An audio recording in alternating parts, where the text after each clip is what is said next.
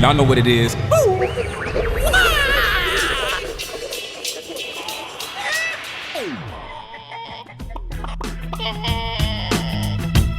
everybody, welcome back to Eggs. So today we have a super special guest, and that's me and Mike. We decided to do a little touch base and get together. You know, for anybody who follows the show or has for any amount of time, you realize we do a lot of interviews on this show. But every so often we like to just sort of check in with one another. And we had a little time because of a rescheduling thing today. So we decided, hey, let's catch up and let's see how everybody's doing. So yeah, Mike, and in all reality, Ryan's taking vacation next week, so we just want to get a filler show in. Ooh, pulling the curtain back. Look at that. No, it's true. So I am leaving town. It's we're coming up on spring break. I guess half the country was out already, and then the other half is out when we are, something like that. So we're heading out of town. We're going down to sunny Phoenix, Arizona, and Tucson, Arizona, which will be just lovely. At last check, the weather said it was something like 90 plus degrees, 95 degrees or something. It's been actually pretty warm here in Utah. We were in the 70s last week, but we're back down to like 50s and 60s this week. So 90 degrees in summer is going to be welcome for me. Yeah. My parents are actually down there right now. And funny story, they bought a house down there, and their first time going down to visit it and check it out. Well, it's not really funny, I guess, but well, how does that work? So did they buy it online or something? No, my dad was down there visiting my he's technically my cousin, but he's old enough to be my uncle, same age as my dad, so they're like best friends. But he was down there visiting and saw a for sale sign, and it's it's a mobile home, but it's in a park that doesn't have like a monthly fee. You pay once a year. It's like $1,000 a year.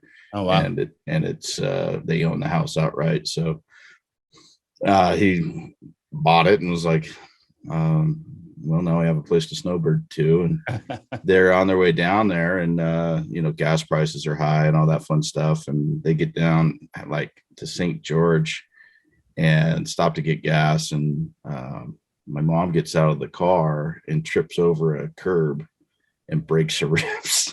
Oh no. So on the way down to go relax. She lay in a bed with her ribs wrapped up. Yeah. So my dad's out having the time of his life with, my cousin, and she's tied up with broken ribs. So it's not the best. Yeah, and that's the worst. Ever. I know people with broken ribs, and that's like not a party from what I understand. And they can't do anything. They just like, here you go, deal with it.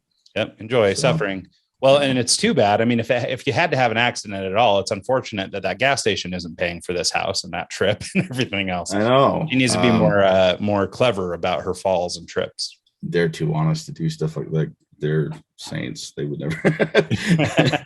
the attendant could have pushed her over the curb, and they'd be like, "Yeah, it's okay." Yeah, you probably didn't mean anything by it. Well, that's cool. Yeah, no, actually, it's funny because we were talking about the gas prices too, right? We have looked at every option. Should we fly to Arizona? Should we drive to Arizona? So from Salt Lake, I want to say it's about maybe 12-hour drive, something like that, to Phoenix. Maybe 10 to Phoenix, 12 to Tucson, something like that. And so, I mean, it's a haul. And so we were trying to figure out gas, and we had grand aspirations because there's 7 of us going. So there's our family and then my in-laws. And so we had grand aspirations of renting like a Suburban or something, because we've got a 7-seater SUV, but it's like 7 pretty liberally speaking. Like, I mean, there's no, it's pretty cozy for 7. And it doesn't matter. You're in the front, so yeah, for me it's all good. It's all those other suckers. But so we were pricing out a Suburban, and I want to say it was something like $1,600 to rent the truck for. I mean, it's 7 or 8 days, and so I mean, I don't know. It was kind of expensive, but then we were factoring in too. 33-gallon tank times $5 a gallon. I mean, you're dropping 150, 160 bucks every time you fill up. And, in a 12-hour drive, we probably got to fill up 2 or 3 times at least. And, not to mention just driving around in Tucson and everything else. And so we decided, hey, we already own a car. We already have a 7-seater. So let's see if we can make it work in our car, which gets a little better gas mileage and all that stuff, but it is going to be a cozy fit. And that was the thing, is we just decided to do away with the rental, because it is so much money. Like we figured, with gas and the car, we'd be into it $2,600 or something, maybe a little more even. And it's like, we could do an awful lot of fun stuff with the kids for $2,600. So I'm like, why pay so much money just for the modality of getting to where we're going? Right. Yeah. So anyway, but I hate that we even have to factor it in. What a stupid thing. And gas prices are always high in the summer, but it's crazy. Well, so my wedding season's about to start, and it's a 12, 13-hour drive to get to where I do weddings. And normally I would commute back and forth. I had the Volkswagen, I'd get 55 miles a gallon, and I'd just take the truck down there once and commute back and forth with the Volkswagen. But since the used car market was taking off, I sold the Volkswagen, made a pretty penny on it, and now I just have the truck. And so I'm looking at renting apartments, because it would be cheaper to rent an apartment for 3 months than it would be to commute back and forth. Yeah, so. Just do like a 3-month Airbnb or something, right? Because you can probably find something like that up in Chelan. Probably get something on the river or something. It'd be lovely. It'd be lovely, but it'd be more expensive than commuting. So I'm just looking for a cheap apartment, or heck, I got a trailer. If I can find a lot that I can just park my trailer on, I'll live in that thing, because I'm that cheap. Well, maybe you can work something out with the venue. Maybe they've got a spot on the side of the building or something, because they're all your weddings. Don't mind me, I'm just crashing. Don't mind me, I live here too. Well, maybe you ought to get a part-time job there while you're there for the summer. You wait tables during the day, you do the weddings at night. That'd be hilarious. Yeah, no, that'd be awesome. But yeah, no, I get it, man. Because that is, it's been a big part of, sort of thoughts about travel and things like that, is having to decide, is it worth spending, X number of dollars in gas to go? And, actually it's surprising that airfare isn't more expensive than it is, just given the cost. Oh, dude, I was looking at a flight to where it was Canada, like Calgary or something like that. And just jumping on TripAdvisor or wherever, to trying to find a flight. I was like, hell no. I was going to go for fun, but I'm not going to drop that kind of money just to go for fun. Yeah, it's not that much fun once you get there and don't have any money to do anything. Yeah. So. Yeah, no, I get that. Well, yeah, no, because so I apparently had never told you, but we do have a Spanish intern living with us again, and a kid named Ander from the Basque Country, and he's every time we've had a Spanish intern in the past, people who've been listening to the show for years have met a couple of them along the way. We always try and do a little extra traveling, right? We try and get around and show them places around the country, and we're going to try and do some of that. But, like he wants to go to Los Angeles, he wants to go to Seattle, he wants to go to all these places. Unfortunately, most of them are Armageddon right now, or apocalyptic anyway. And then if you do go, the costs to get there are very high. It used to be, $150 or something to fly there from here. And now, you're looking $200 or $300 at least. And so the flight's expensive, the drive's expensive, the stay's expensive, like everything is through the roof. And then besides that, you have to bunk up with homeless dudes in LA. You have to dodge gunfire. Yo, can I jump in your tent here? Yeah, it's just, it's just a bad time for all that travel and everything. And so, I'm grateful that we decided to do something for spring break, because we haven't gone anywhere really. I was up in Oregon a couple of weeks ago, taking care of my dad. And, you look at the city and, it bums me out, especially with Portland, because, it's one of those cities that's sort of near and dear to my heart. And I used to love Portland a lot. And it's so run down and so just destroyed right now that it's like, hopefully they're on the mend and hopefully they can recover. But yeah, it's just like, it's homeless people stacked to the freeways, like literally along the freeways. Yeah, I can't even believe how bad it is, and Portland's always had like a little bit of that, but it's pretty wild. Well, Seattle's kind of the same boat. I think I was showing you a few weeks ago, a tree house that someone built on the side of the freeway. It was like, it was a legit tree house that you had to climb up a ladder to get into, and you could pull the ladder up behind it. That's a great idea. Whether you're dodging cops or other homeless dudes, like that's a great idea. Yeah, but yeah, it's pretty wild though. But it's just sad to see these cities, and unfortunately, that's part of the problem right now. It's so weird too. It all has to do, I think, with where you go. So I was just talking to a guy the other day who had just been in California, and he was talking about it and going, oh my God, it's so nice. They've cleaned it all up. It looks so great. And then I talked to other people that are in other parts of the city, and they're just like, oh my God, it's never been so bad. Like, so it's like, I don't know who to believe, and I guess maybe you shouldn't let that stuff keep you from going somewhere, but it's also just a tricky time with all the sort of the remainder of the COVID regulations that are out there and just not knowing what to expect when you get anywhere. Like, I don't know. It's just a challenging time. Yeah. Well, I mean, what can you do? I'm kind of to the point where I'm just going to live my life and do what I do. And, Yeah. Yeah. And I think that ultimately, I mean, everybody I see, that seems to be kind of what they're doing. Yeah. Well, obviously I'm going to be a little more frugal with everything that's going on. I started saving a lot more money instead of just blowing. Like usually this time of year, I've got my shopping cart filled up with DJ equipment that I want for this summer. And I haven't done that this year. I'm going to try and make do with what I have. And the one thing that I'm kind of thinking I'm going to pull the trigger on is a new laptop. Yeah. So, yeah, no, I've been in the market for that too. And unfortunately, I guess, for you need a laptop specifically. I would like a laptop, but I've been looking lately. They just dropped that new Mac Studio. I know. You can spec that thing up pretty darn good for like a reasonable amount of money. Yeah. And so I've been thinking about doing that here at the home office because I could get, just 100 times, 100x the computer that I'm presently using for, 2 or 3, $2,500, $2,800. Yeah. Just don't get the display because I've heard bad things about it.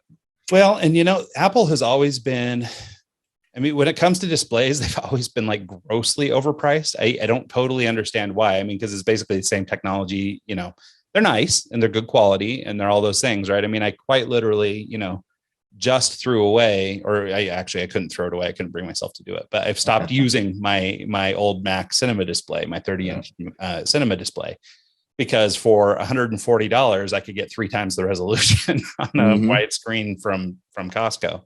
And so, but I used that thing forever because, it's in a beautiful aluminum enclosure. It feels like a high quality piece of thing. And at the time I bought it, it was $3,000. Yeah. And so, which is nut city for a monitor. Right. And now, I think, I'm not sure about this newest monitor they just released, but the one they'd released with the pro stuff was like $5,000 for like a monitor. And I'm like, I don't know, like your pixels better be pretty darn shiny for $5,000. And maybe they are, but my God. I watched a review on it, and supposedly there's, like the power cord doesn't pull out. It just, how it like you could actually back in the day, you pull it out, wrap it up, put it in the box, you're done. This one's permanently attached to the monitor itself. As far as resolution, there wasn't like, the guy was saying that it's good, but it's not like, and I think part of it is it's sort of like that, argument for 8K or 10K or whatever else coming down the pipe, right? Of course, it's all an improvement, but like, especially right now, I'm not even, none of the videos we produce, for example, are in even 4K, right? We're at 1080p at best. And honestly, like with these Zoom calls that you and I do for the podcast, these are like 360p. And then we upscale them to 1920. Yeah, which is like 1080. We're taking a small file and making it a 6 gig file and then waiting 10 hours to upload it to it. Right. But ultimately, what does a 4K display get me? Right. I'm not even producing content at 4K, let alone 8K or whatever else is coming. And so, and a lot of the content on your TV, I think you can get, like I have an Apple TV 4K, but I don't have a 4K TV. Right. So, It's awesome that we have 4K, but who cares? And so, well, it'd be one thing if you were making movies or something that would cry that, but you're not. So why bother, Well, and, and it's funny too, because like, I think, and maybe you have the same opinion, but like, as technology's improved and screen displays have gotten better, the people making the most money with videos are doing so at lesser and lesser resolution. They're just like, they throw up these crappy YouTube videos that go viral that they shot with their mom's 1989 Nokia. And for some reason, it's the most popular video on the planet. Like it has 100% to do with the content and almost nothing to do with the quality of the content, like that, in terms of pixel count or whatever. Yeah. And so it's funny because you could sure get away with a lot less these days, when for the longest time the trend was more and more 1080. Well, you look at like what they have on their phone now versus what they had. You used to have to go get the Canon digital camera, and now you can almost get the same resolution out of just a basic iPhone, and it's ridiculous what they have out there and what you can do with just a phone. So yeah, it's pretty nuts. Like I quite literally just 2 days ago got the new iPhone 13. Gotta pull the trigger. Well, I'm on their Apple iPhone upgrade program. And so I should have upgraded back in October or whenever my contract was up. Yeah. But honestly, I didn't care, right? It was just like, oh my God, it's just another camera upgrade. Who cares? I was fine with my phone. I had a 12 before. And it is cool, but it is a camera upgrade. And they did tell me, oh, well, the display is better quality and stuff like that. And my kids noticed. I didn't notice, but my kids were like, oh yeah, it's much smoother and stuff. Okay. And so I don't know. And ultimately, I probably at this point should have just held out and got a 14 when those drop. Like next week. Usually in October. Yeah. But so if they drop one of those at the end of the year or something, I won't quite be ready for an upgrade. But everything I'm hearing in the news about supply chain disruption and all that kind of stuff, even if they drop in October, I probably couldn't get my hands on one until January, February anyway. Yeah. And unless it's something totally new, which some people are saying it will be, only if it's something totally new will I care then. I mean, at some point we've kind of hit, at least with iPhones, there's sort of been like diminishing returns, right? I mean, the great camera is amazing. And it's got a feature in it it's called cinematic mode. And so like if you and I were sitting in front of the camera, for example, so I don't know, you and me are sitting in a room, we want to do a podcast together, while we're sitting in a room.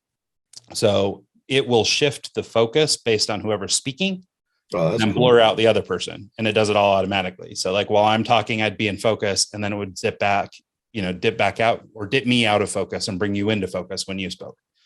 So it's kind of, it's cool, and it's, cool that it can do all that stuff. And, I guess it's got, crazy resolution and all that stuff, even though the guy at the Apple store just helped me downgrade all of it. Because like there's camera controls. And so we're using the more efficient formats and all that stuff, because otherwise it's massive files, a video file, shooting your kid in the backyard could be, 8 gigs or something. And then you filled up your phone with like 3 stupid videos. Yeah.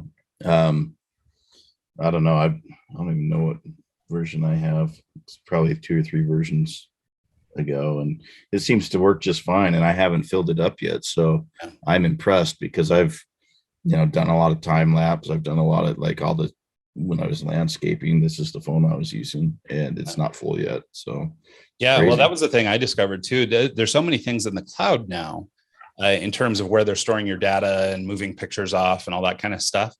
I don't sync mine. Drives me nuts. I don't sync it.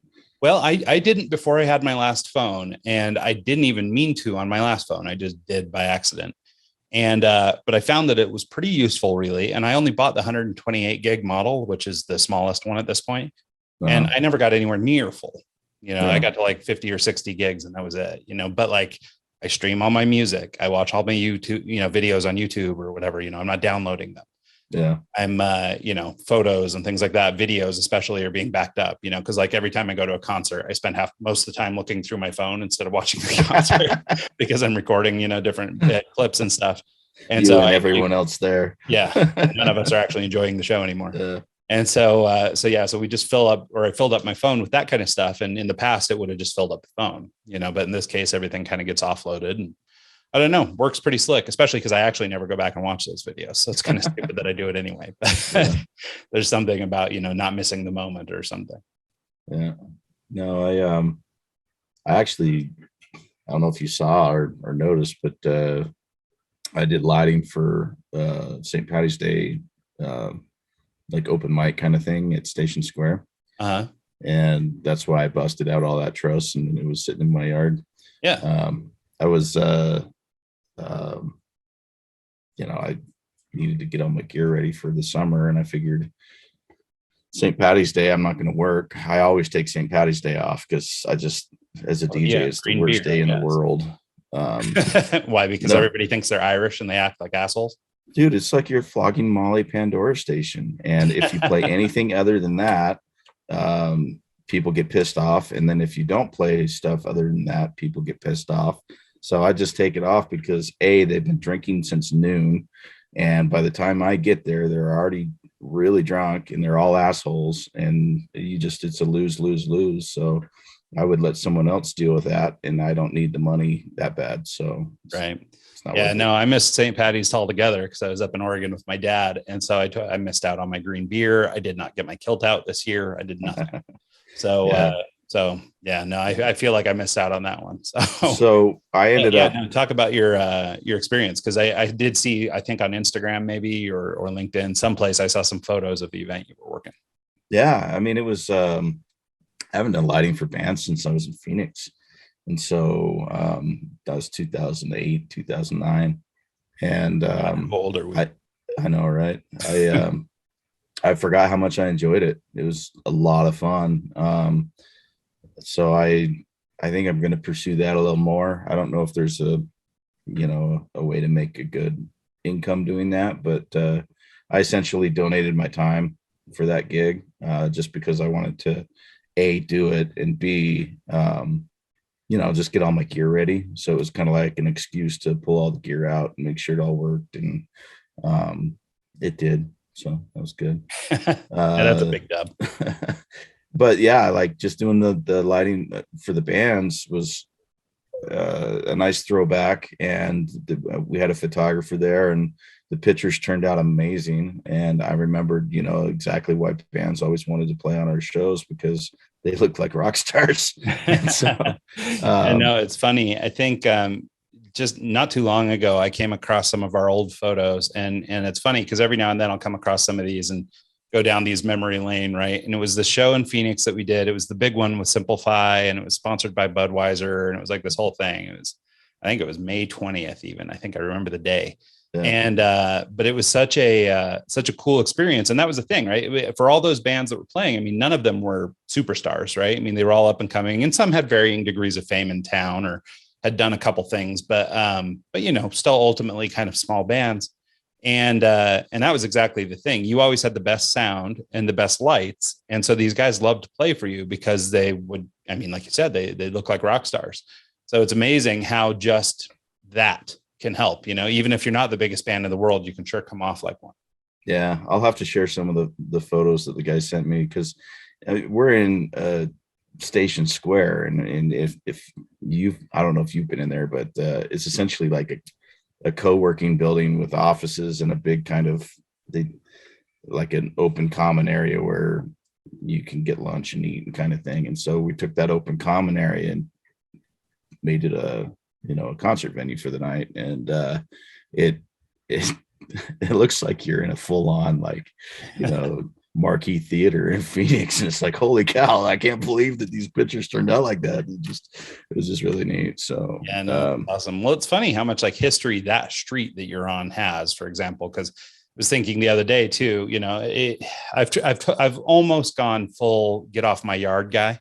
I'm becoming older by the minute, and now every time I hear old bands, I'm busy professing to my kids, oh, I remember when I saw them and they were nobody, kind of thing. And just down the block, I think, from where you are is a place that used to be called the Roach Motel.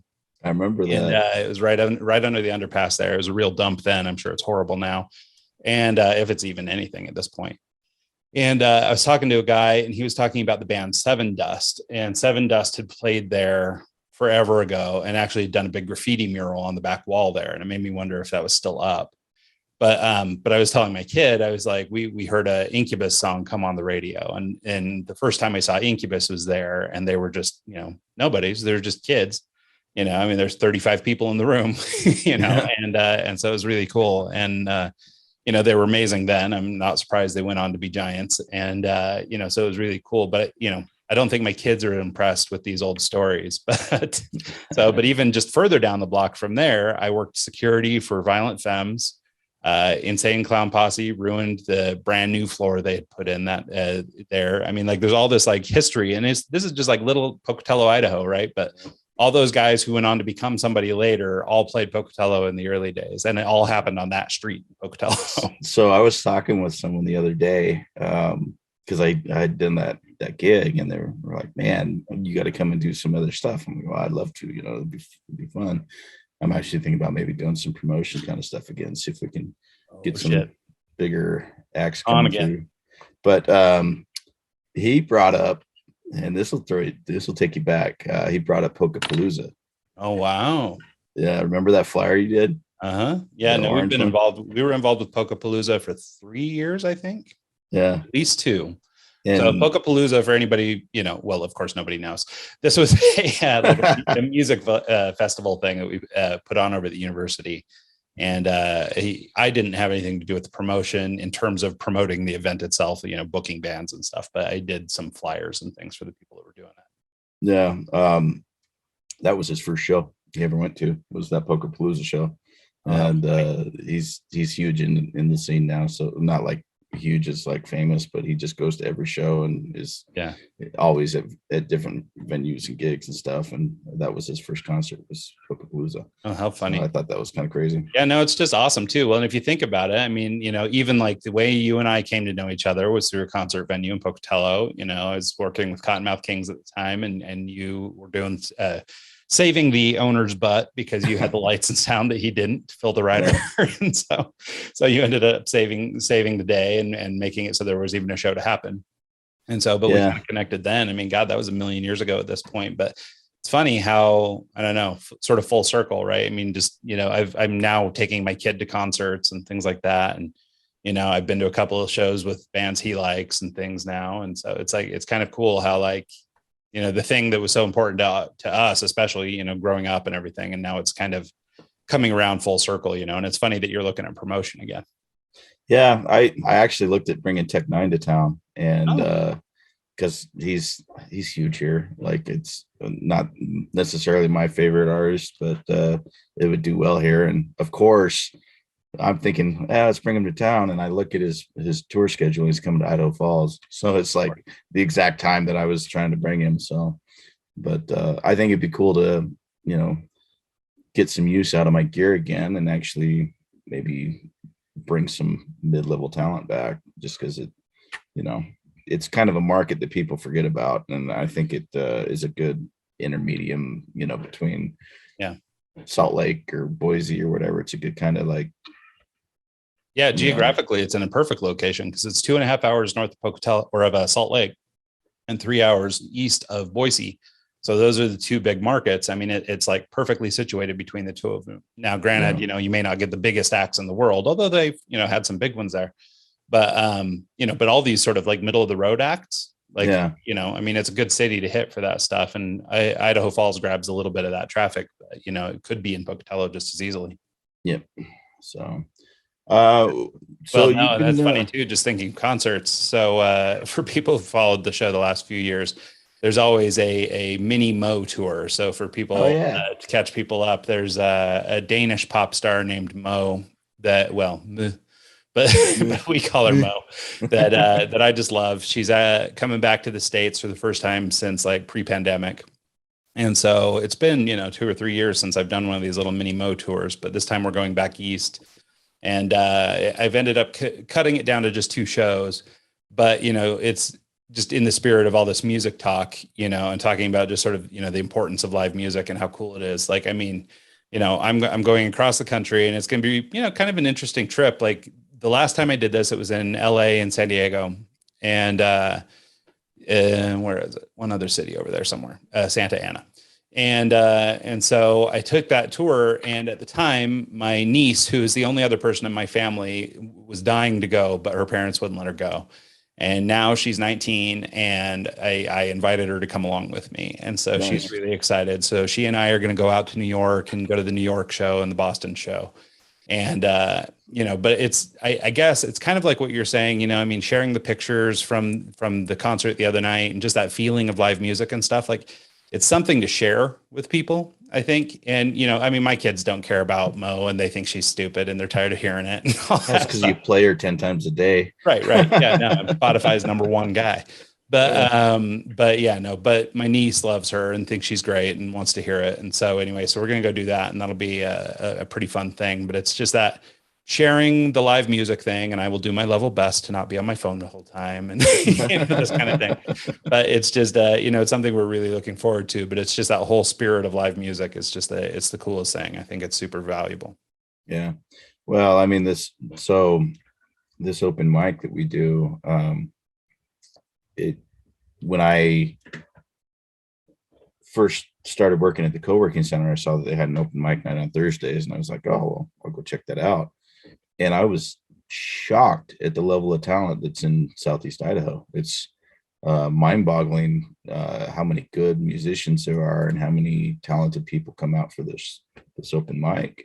And so I was like, well, I'll help out with this. And the first, like, before I started the coding boot camp, I had got the office space to kind of just have a place to get out of the house when I was doing that boot camp. And I got it a few weeks beforehand. So I went to the first open mic. I'm like, dude, these guys are amazing. Let's do something. So I brought my PA out and I recorded, I did audio for him and I recorded the sets, and I used it as an opportunity to practice, to, A, practice recording, and B, do live audio, because mixing a band is a lot different than mixing, as a DJ. So DJ, I have two tracks, left and right. I throw a record on one, I throw a record on the other, and I blend the two. As a audio engineer for live music, so like for the St. Patty's thing, I had 2 drum sets. One had 6 mics, one had 5. We had 3 DIs for electric guitars and for acoustic guitars, 3 vocal mics, 1 wireless mic. So I was mixing like 25-30 mics and keeping track of 30 channels and mixing them to where they sound good.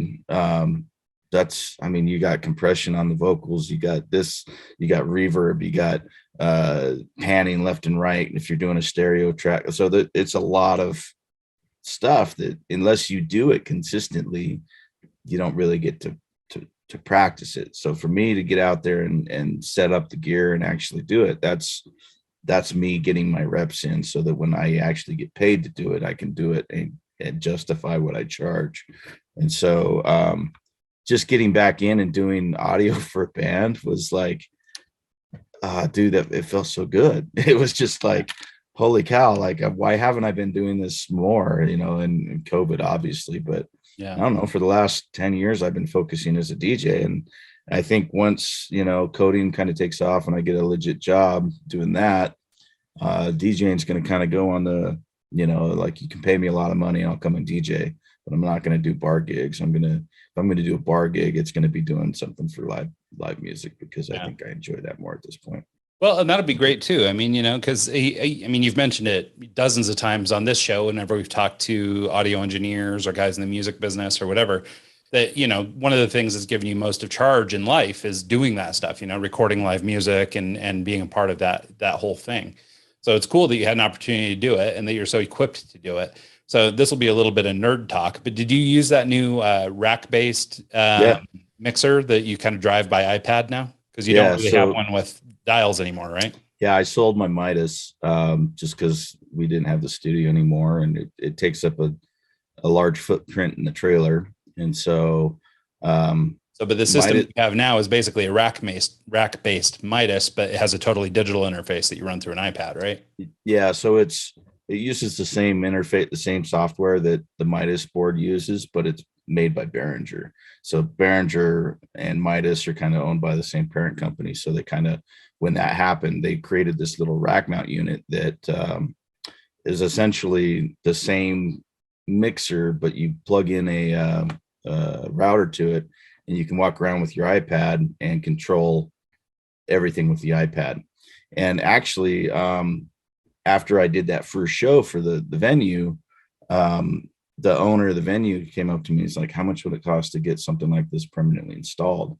And so we sat down and I ordered an X32 rack and everything to do a full sound system permanently installed in the venue. And last week was the first week that we did that, that we used the system that I installed for him. And it was really quite cool. I learned about some new technology that it's with the X32, they have an Ultranet out.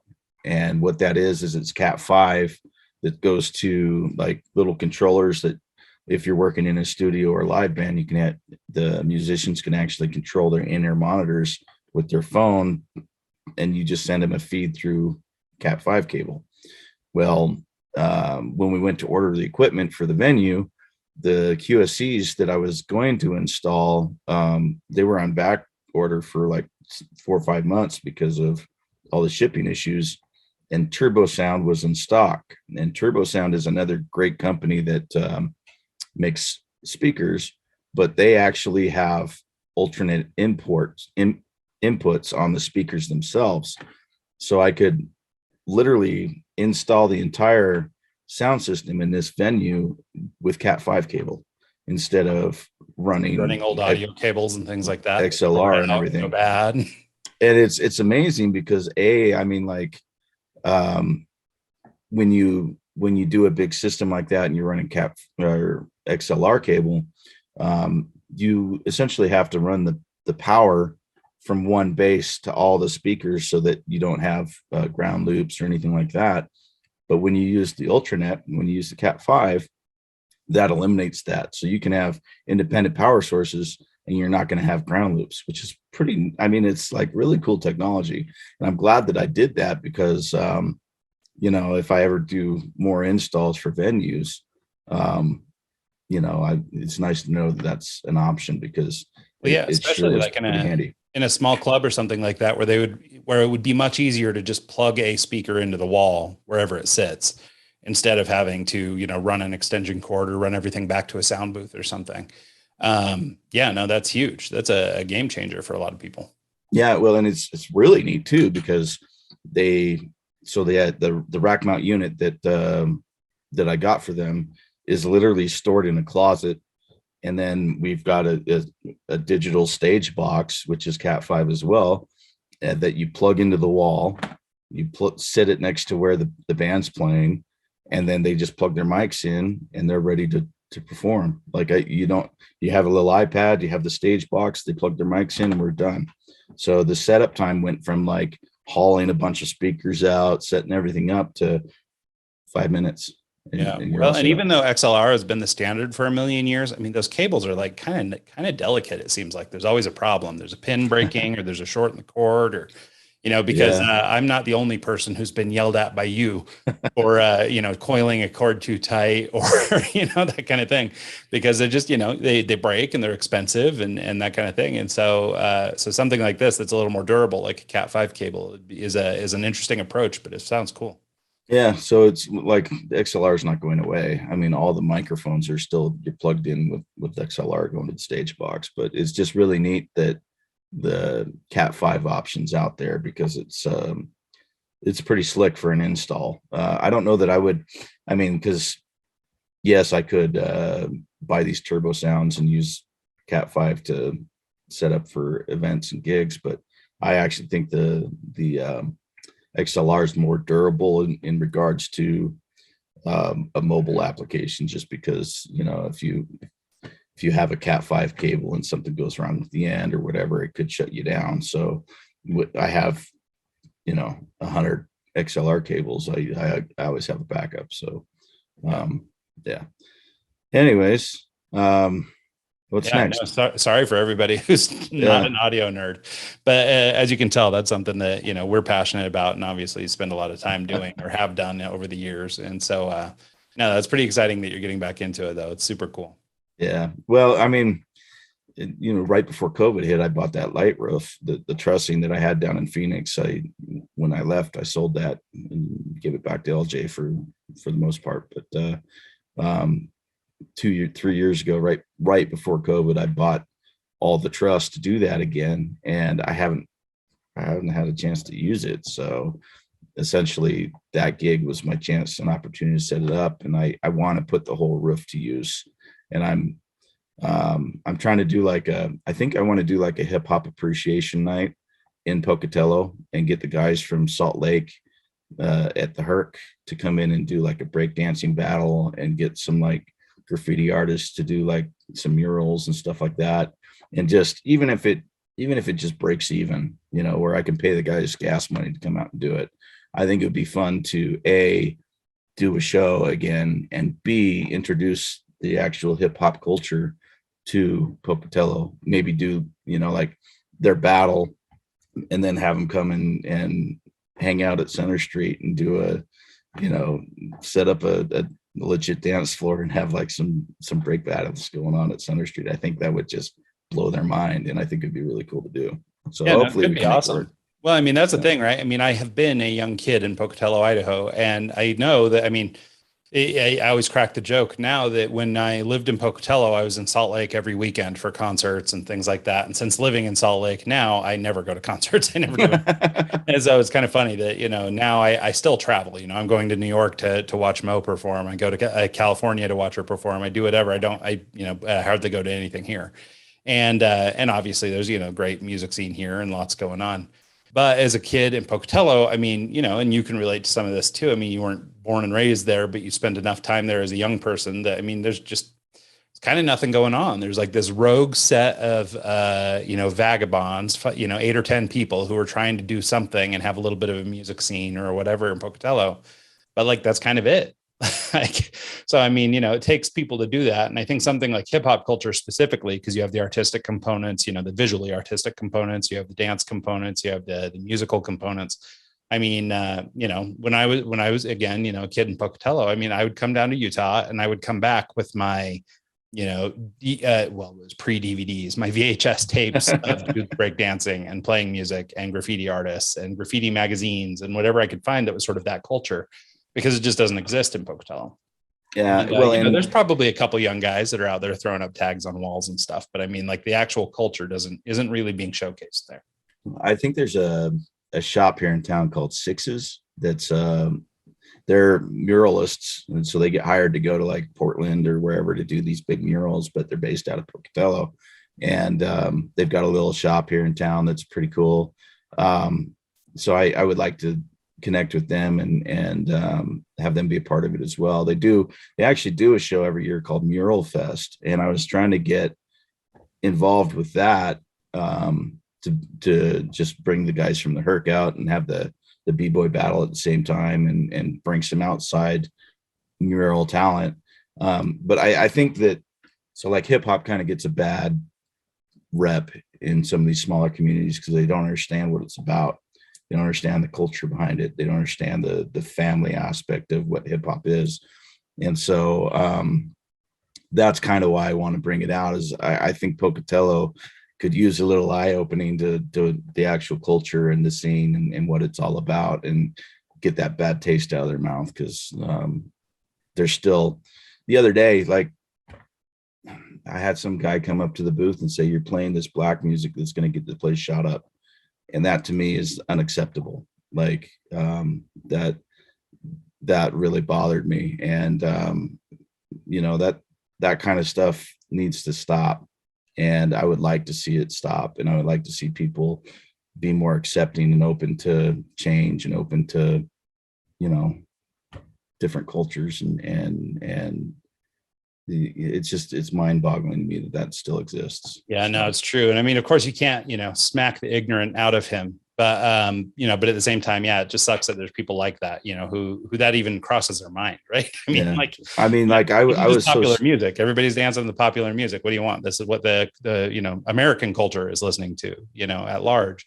So to even try and put some kind of racial spin on it like that is kind of gross. Let alone verbalize it out loud to the guy that's playing the music. Well, yeah, that's the worst part. This is what I don't get with racists. Either, okay, whatever. Think what you're going to think, but don't say it out loud, man. That's where it just goes into this whole new territory where now I have to judge you. Now I'm burning calories thinking about what you said and all that kind of stuff. And so it's frustrating. So, and I think you see, obviously you see that kind of stuff in every city, but there's a contingent of people that are of a certain age that I think that's still kind of where they're at. Yeah.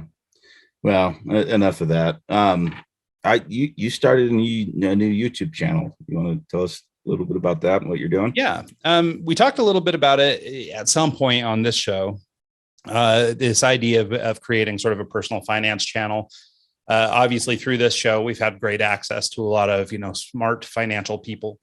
We've also complained ad nauseum on the show about our personal finances and about old age and about all the other things.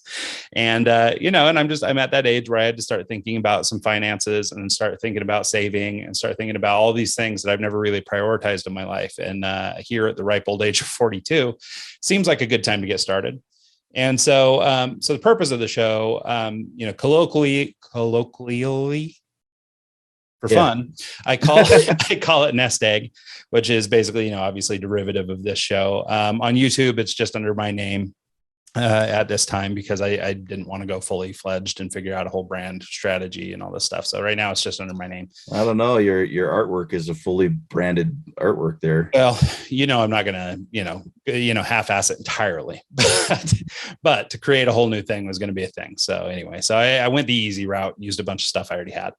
And so I created this show, and basically what it is a focus on personal finance. And it's basically, I guess, sort of going through the journey that I'm going through presently to try and get better with personal finance. And so, I am learning about investing. I'm learning about, stocks and cryptos and every living thing under the sun as far as how to set aside money. And I'm doing it from the perspective of self-employed people, not unlike me and Mike. And also as an older person, somebody who's in their 40s and trying to get started saving, kind of late to the game, because for the traditional, W-2 person who goes to college, gets a job out of college, they start putting into a 401k pretty young. They start, IRAs and things like that as they go because they're smart and they're smarter than I was. And, and then, time goes by and they've compounded some money and they've got a little nest egg to sit on. And for me, I don't have any of that. I have one ancient 401k that's worth about 10 grand, and that's as good as it gets. And, that's the byproduct of 20 years of self-employment, basically. And, there's a big chunk of those 20 years where I was living check to check and trying to figure out how to make do and, taking every dollar I had. And that was, enough to cover our living, but it wasn't enough to set anything aside. Or if I did have a good year, I'd develop a shoe habit or something else and blow every extra dollar and, just wildly irresponsible. But anyway, so the purpose of this show is to sort of fix some of that or, and start doing the learning and basically just learning in public, right? I mean, sort of what we do here on this channel, we talk to a lot of people, CEOs and startup founders and all these kinds of people. And the whole point is learn and grow and do it publicly, right? I mean, we're having the conversations with these CEOs because not everybody gets these conversations. And so a big part of it is, help people learn to be better leaders by having these conversations with leaders. Mm-hmm. And so this new YouTube show is sort of an extension of that, just with a hyper focus on personal finance. And it's just, like I say, it's my journey. It's what I'm working through right now. And so it's sort of happening in real time. And I will probably make plenty of mistakes and all that kind of stuff on there because I'm just, reading like crazy and trying to articulate whatever I've read, or I'm trying to, watch content by other providers and see if I can sort of put my own spin on it and that kind of thing. And, and I think so far it's going okay. It started off with a bang and it slowed down a little bit, but I think, ultimately it'll be good. And if nothing else, it'll be good for me. So. Well, good. Yeah. So kind of a fun thing. So, but I think it's a natural extension or a dovetail to this show, but it would be like us having personal finance guys every week. And, I think our guests might get bored with if we did that. So. Well, it's definitely a good topic to learn. I'm guilty of not knowing enough about that as well. I'm actually guilty of, buying a lot of speakers and not, if that was good investment advice, I'd be doing it right, but it's definitely not. And, Oh, no, I mean, you and me are cut from the same cloth, man. We've always been the guys who are willing to give for free. We were always the guys that were willing to do things just because we loved them. We are the guys that would take every dollar we had and put it into the stuff that, we thought was cool or might move the needle or even allow us to do a better job at the free thing. Yeah. And, and it's just, I don't know, it's a personality trait. And ultimately, I think it's a good thing, right? I mean, I think that to be charitable and to be giving and to be interested and excited about things, I think is valuable and important. And so I wouldn't change my journey. There's just sort of a real like practical bit of it that I'm getting older. I don't like standing behind the computer 14, 16 hours a day anymore. My eyes are growing dark and old, and Dude, I need I'm gonna give you this little tip right here. Oh, baby, look at that. The blue blockers, man. That is the way to go. Like I don't like wearing glasses, but you look so damn handsome in them. When I'm coding, when I'm behind a computer for 8 hours a day or more, the blue blockers are legit. They do the trick. And so if you're spending a bunch of time on a computer, I highly recommend you getting them. So yeah. I don't, as a kid, we probably just didn't notice it, but I do now. I get headaches and I have a hard time getting to sleep, and these help a lot. So no, I'll have to give them a try. I bought some once because I thought they were cool looking, that were supposed to be like Tony Stark glasses or something that were supposed to block blue light, but I don't even know where they are at this point, but yeah. I'll have to get some sexy ones like what you've got. Yeah, but they're like $30, but I bought 2 pairs, one for here and one for at the office. Yeah, those look better than those gas station ones though. Those, I mean, if you didn't know better, I'd think those were like fashion glasses, So anyway, but yeah, so for anybody who's interested in checking out the other show, the Nest Egg show, it's just rogha.ar/YT will take you there. So Roghaar/YT.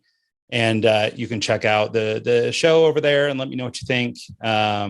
Obviously we refer to the Eggs show a lot and everything, because I mean, this is the star. So this is where we spend a lot of our time. But if you're interested in personal finance topics specifically, I mean, we do talk about that a lot over there. So, or exclusively over there, I should say. So, So anyway, that's kind of it. So, and, not to put too abrupt of end on this, but we probably ought to wrap it up, if only for the reason that, and a little, behind the veil, we have another show in an hour and I've got to recharge all my lights. So, we better do that. I'll see how it is. Yeah, I know. Right. So anything else you want to touch on before we get out of here, Mikey? Nah, just doing my thing. Anyone hiring a web developer, hit me up. Yeah, remote jobs, ton of money, huge feature package, right? Or a benefit package. That's what we're looking for. So, So anyway, cool. All right. Well, thanks everybody for tuning into this show and every show, and I guess see you guys next time.